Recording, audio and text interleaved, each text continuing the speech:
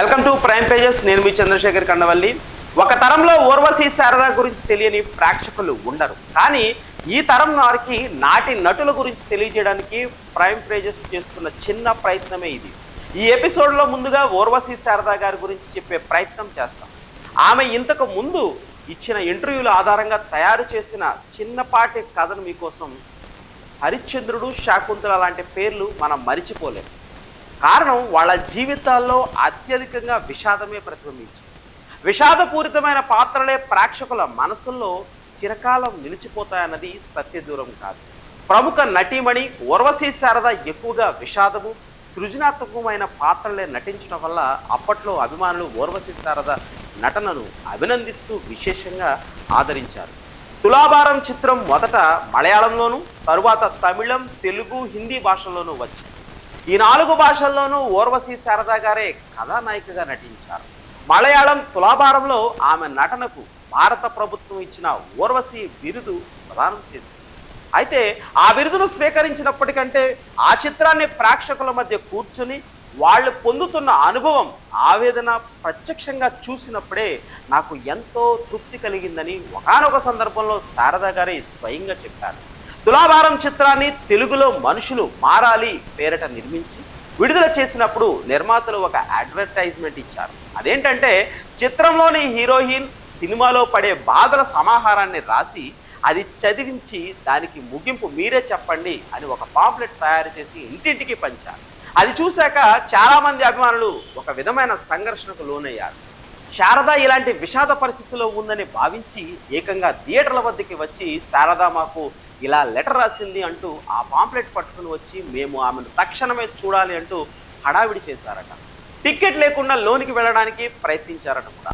శారద సొంత ఊరైన తెనాలిలో కొందరు అభిమానులు ఆ కరపత్రాన్ని శారద అన్నదమ్ములకు చూపిస్తూ శారద సినిమాల్లో బాగానే నటిస్తుంది కదా, పాపం ఇన్ని కష్టాలు ఎలా కలిగాయి, మీరు వెళ్ళి చూడలేదా అని అడిగారట. ఇదంతా ఒక ప్రకటన మాత్రమే. దాన్ని శారదా సోదరులు బాగా వివరించిన తర్వాత కానీ వారిని తృప్తి కలగలేదట.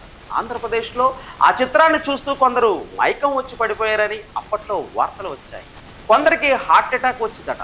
కొన్ని థియేటర్లో ఇలాంటి సన్నివేశాలు జరిగితే వెంటనే చూడడానికి నర్సులను కూడా నియమించారట.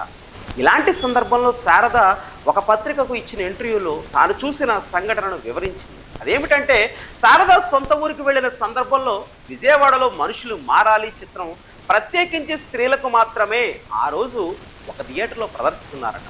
సాధ్యమైనంత వరకు తెలియకుండా ఉండాలని శారద కొంగును తలకు చుట్టుకు వేసుకుని ఒక సీట్లో కూర్చుందంట. థియేటర్ నిండుగా స్త్రీలు, పిల్లలు మాత్రమే ఉన్నారు, పురుషులు ఎక్కడా లేరు. ఆమె ప్రక్కన ఎవరో ముసలావిడ కూర్చుందంట. కొంతసేపు అయ్యేటప్పటికీ థియేటర్లో చాలా మంది ఏడుస్తున్నట్టు అక్కడే వెక్కిళ్ళు శబ్దాలు వినపడుతున్నాయి. తల్లి పిల్లల విషయం కలిపే దృశ్యం వచ్చిందట. శారద ప్రక్కన కూర్చున్న ముసలావిడ గట్టిగా ఏడుస్తూ, అయ్యో నా తల్లి, ఎందుకమ్మా నీకు కర్మ, మా ఇంటికి వస్తే నేను అన్నం పెడతాను కదా అని తల్లడిల్లిపోసాగింది.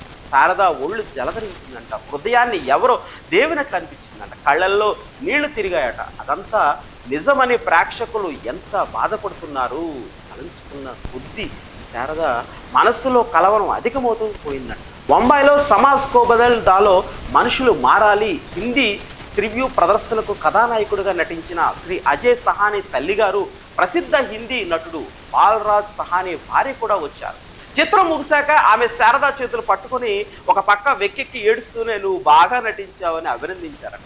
ఒక ప్రఖ్యాత నటుని భార్య అంత ఎమోషనల్గా ఫీల్ అవుతూ శారదాను అభినందించినప్పటికీ బరువెక్కిన హృదయంతో, బాష్పాలతో నిండిన నేత్రాలతో శారదకు కృతజ్ఞతలు తెలియజేసిందంట. అప్పటి నుంచి సినిమా నటనను ఎప్పుడో ఒకసారి ప్రేక్షకుల మధ్య కూర్చునే వారి రియాక్షన్లు గమనించడానికి వీలుంటుందని భావించిందట. నాటకాలలో అయితే వాళ్ళు ఈలలు, చప్పట్ల ద్వారా అప్పటికప్పుడే ఏ సంగతి తెలిసిపోతుంది. మనుషులు మారాలి శారద నటన ఆమెకు ఎందరో అభిమానులను తెచ్చిపెట్టింది. ఆమె నటన ఇతరులపై ఎన్నో కోణాలలో ఫలించింది. ఉదాహరణకు మనుషులు మారాలి విడుదలైన రోజుల్లో పిల్లలు శారదాను చూసి భయపడేవారు. కారణం పిల్లలకు విషమిచ్చే దృశ్యం ఆ లేత మనసుల్లో బాగా నాటుకుపోయి ఉంటుంది.